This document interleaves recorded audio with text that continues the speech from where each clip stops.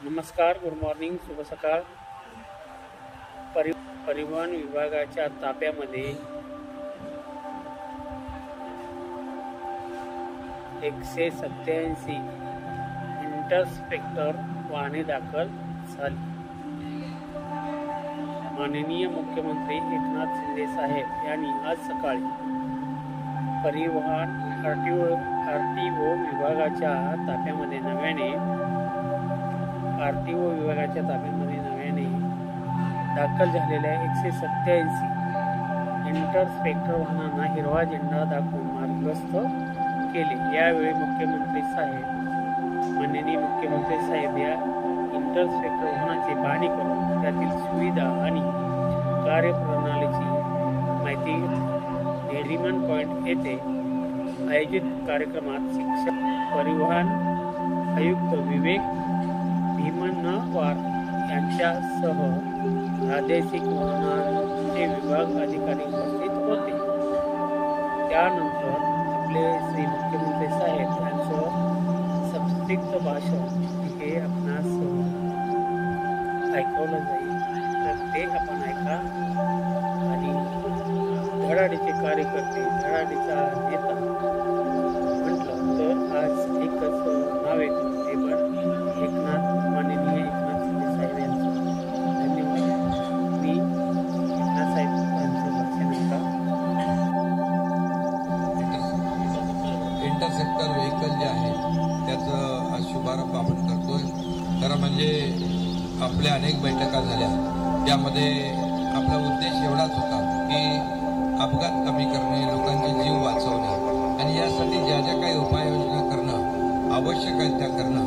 आणि म्हणून आपण आता जे काही आकडेवारी वाचली हे समाधानकारक आहे। आणि यामध्ये आता मुंबई पुणे असेल, आपले नागपूर मुंबई समृद्धी एक्सप्रेस असेल, जे ॲक्सेस कंट्रोल रस्ते आहेत किंवा हायवेज आहेत, हे जे ब्लॅक स्पॉट आहेत, हे ब्लॅक स्पॉट स्थानिक कलेक्टर आणि आपली जी कमिटी ठरलेली आहे त्याच्या माध्यमातून आपण ते दूर केले तर नक्की यामध्ये भविष्यामध्ये आपले अपघाती मृत्यू होतात ते कमी होतील। एक जीव वाचला तरी आपण एका परिवाराला वाचवतो, त्याच्या नातेवाईकांना वाचवतो। आणि म्हणजे सरकारची भावना जी आहे पहिल्या दिवसापासून की अपघातमुक्त महाराष्ट्र करणे, आणि यासाठी जे मग ITMS असेल, इतर ज्या काही बाबी अद्ययावत ज्या बाबी आपल्याला वापरायच्या आहे या मग स्पीड गन आणि तुम्ही सांगितलं ते या गाड्यांमध्ये पण अंतर्भूत आहे।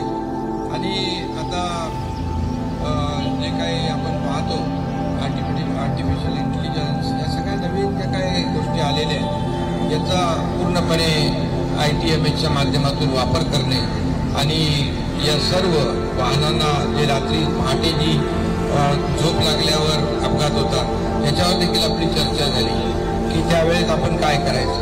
काही ठिकाणी आपल्याला छोटे जे अगदी रमलर स्ट्रीप त्या देखील आपल्याला लावता, म्हणजे काही हायवेवर आपण मला वाटतं समृद्धीवर तो हा प्रयोग केलेला आहे, त्यामुळे देखील जागरूकता येते ड्रायव्हरकडे। आणि आपण नाक्यांवर प्रत्येक ह्याच्यामध्ये थोडी चेकिंग करणे की बाबा काय परिस्थिती आहे, तो म्हणजे थोडीशी जरी माहिती घेतली तरी ते अलर्ट होतं।